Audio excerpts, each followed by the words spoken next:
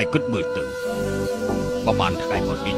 មេតបខ្លាំងសុនលីបានចេញមកអស់ហើយតែនៅសំមនុស្សម្នាក់មិនទាន់មកតើគឺជានរណាគឺកូននេះ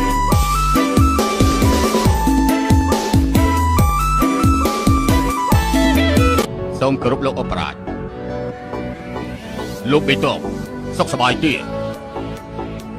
ខ្ញុំសុខសប្បាយទេខងអស់ខងអស់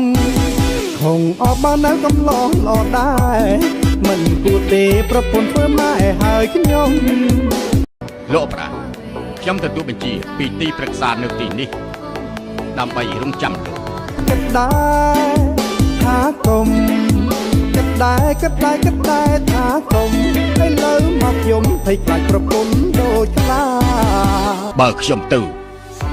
តើលោកគិតយ៉ាងម៉េចលីបៃនឹងខំវិញមិនលើកលែងឲ្យលោកទេទោះជាពួកគេលើកលែងឲ្យលោកចៅអ៊ីនិងសុនឈៀនដែលនៅជាងតុក៏មិនលើកលែងឲ្យលោកដែរអង្គចាអង្គចាចំណាតំណាគេតាមយាមគឺយាមមើលតែខ្ញុំជាអ្នកតោះប្រាក់ខែគេយកអស់បើឆ្លងក៏ឆ្លងមិនជំនះគេសោះខ្ញុំស្គមគេថ្លោះម្លោះឲ្យចោលចាញ់គេទៅ